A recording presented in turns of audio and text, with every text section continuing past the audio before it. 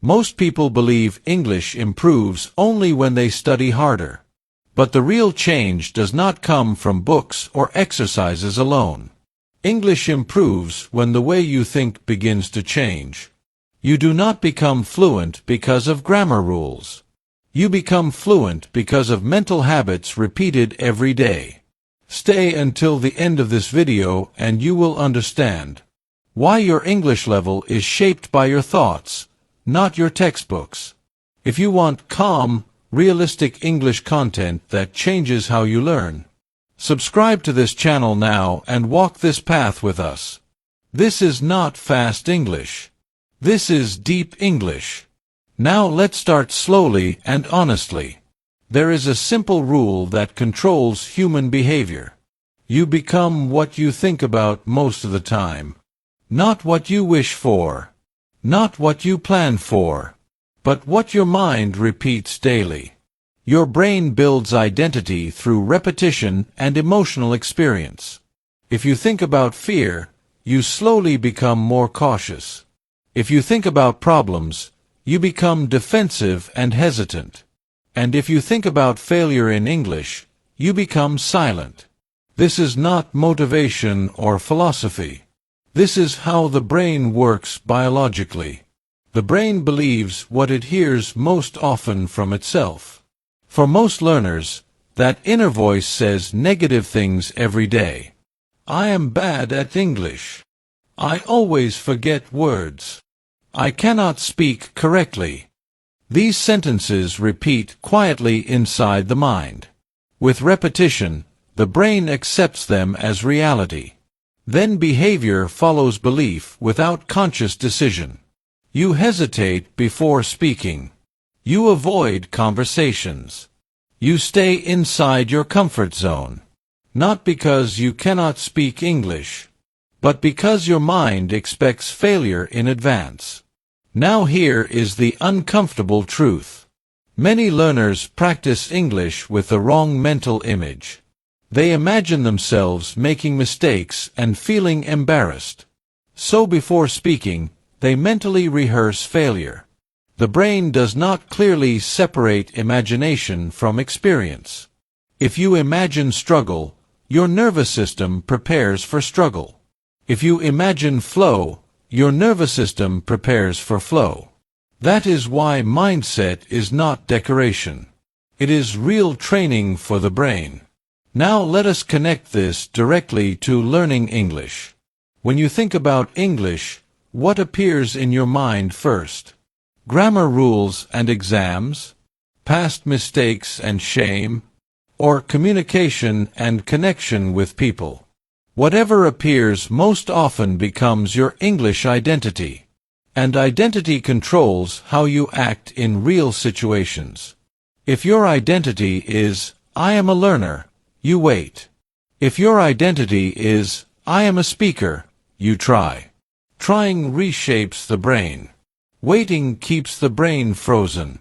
This is why some people improve faster with less study.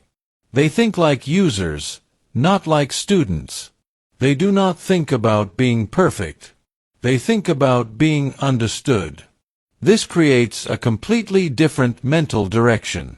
Now let us talk about the real enemy. The real enemy is not vocabulary or grammar. The real enemy is mental noise and fear. When your mind is full of doubt, English has no space. Language needs calm, not pressure. Pressure blocks memory and flexibility. Calm opens access to language. If English feels like a test, your brain enters survival mode.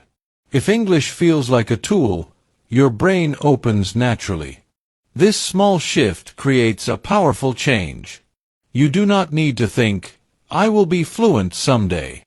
You need to think, I use English today.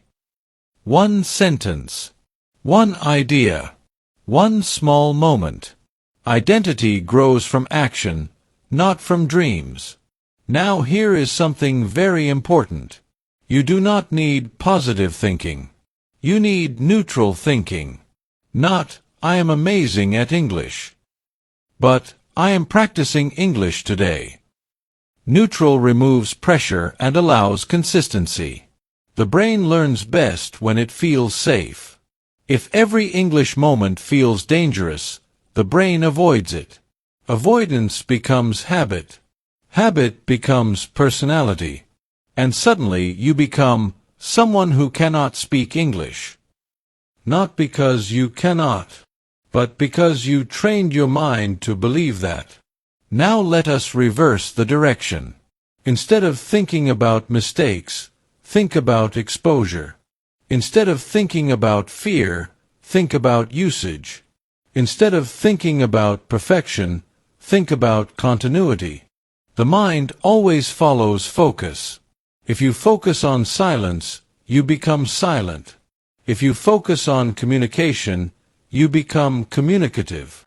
That is why thinking in English is not only language practice. It is identity practice. When you think in English, you tell your brain who you are. Not later. Even simple thoughts count. Short thoughts. Daily thoughts. Easy thoughts. These build a new version of you slowly. You do not wake up fluent. You wake up aligned with your direction. Alignment creates progress. Progress creates confidence. Confidence never comes first. It always comes last. Now let us bring everything together. Ask yourself one honest question. What do I think about when I think about English? Fear and rules? Or meaning and practice? Change that picture, and you change your future English. Not by force. By repetition. You become what you think about most of the time. If English lives in your mind as a problem, it stays a problem. If English lives in your mind as a daily tool, it becomes natural. No drama. No magic. Only direction. Now let us summarize clearly. You do not speak English the way you study it. You speak English the way you think about it. Thought builds identity. Identity builds action. Action builds fluency. That is the chain. If you want to practice English with people who focus on usage, not fear, join our Telegram group using the link in the comments. If this video changed how you see English, like the video. And write one sentence in the comments. What will I think differently about English from today?